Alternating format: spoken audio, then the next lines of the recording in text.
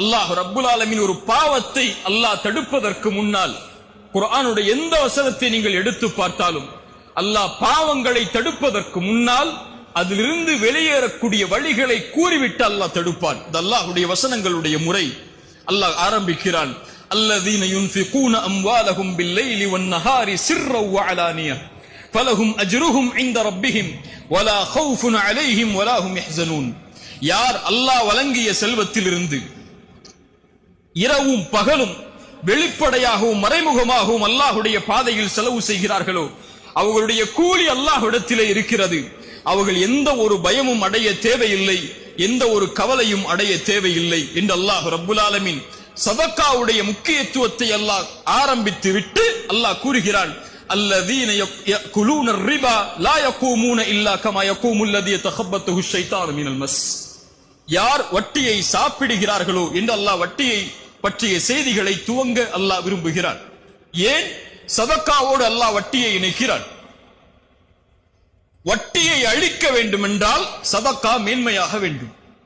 சதக்கா மேன்மையாகாத வரை, உயராத வரை வட்டியை ஒருபோதும் ஒழித்து விட முடியாது.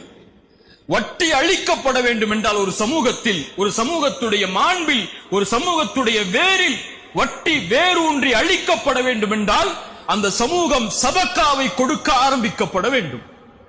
வட்டியுடைய முதல் அடிப்படையே கடன்.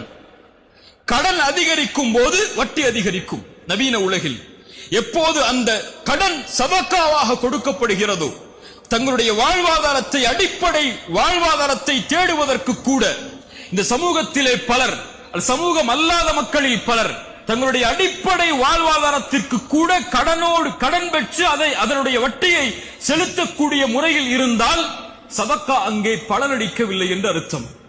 அந்த சமூகம் சதக்காவை விட்டு தூரமாகி விட்டது என்று அர்த்தம். ஒரு சமூகம் அல்லாஹ் வழங்கிய செல்வத்தில் இருந்து முறையான முறையில் சமூகத்துடைய நிலைமையை அறிந்து சதக்காவை முன்னிறுத்தி அந்த சமூகத்துடைய ஏழைகளுடைய கணக்குகளை கவனித்திருந்தால் இந்த சமூகத்திலே வட்டி வாங்கக்கூடிய ஏழைகள் இருந்திருக்க மாட்டார்கள். வட்டி வாங்கக்கூடிய செல்வந்தவர்கள் அல்ல, அது பேராசை. வட்டி வாங்கக்கூடிய ஏழைகள், அடிப்படை வசதிகளுக்காக வட்டியை நோக்கி செல்லக்கூடிய மக்கள் இருந்திருக்க மாட்டார்கள். அல்லாஹ் அதனால்தான் குர்ஆனில் எங்கே வட்டியை பற்றி பேச வரும்போதும் அல்லாஹ் சதக்காவை முன்னிறுத்துகிறான்.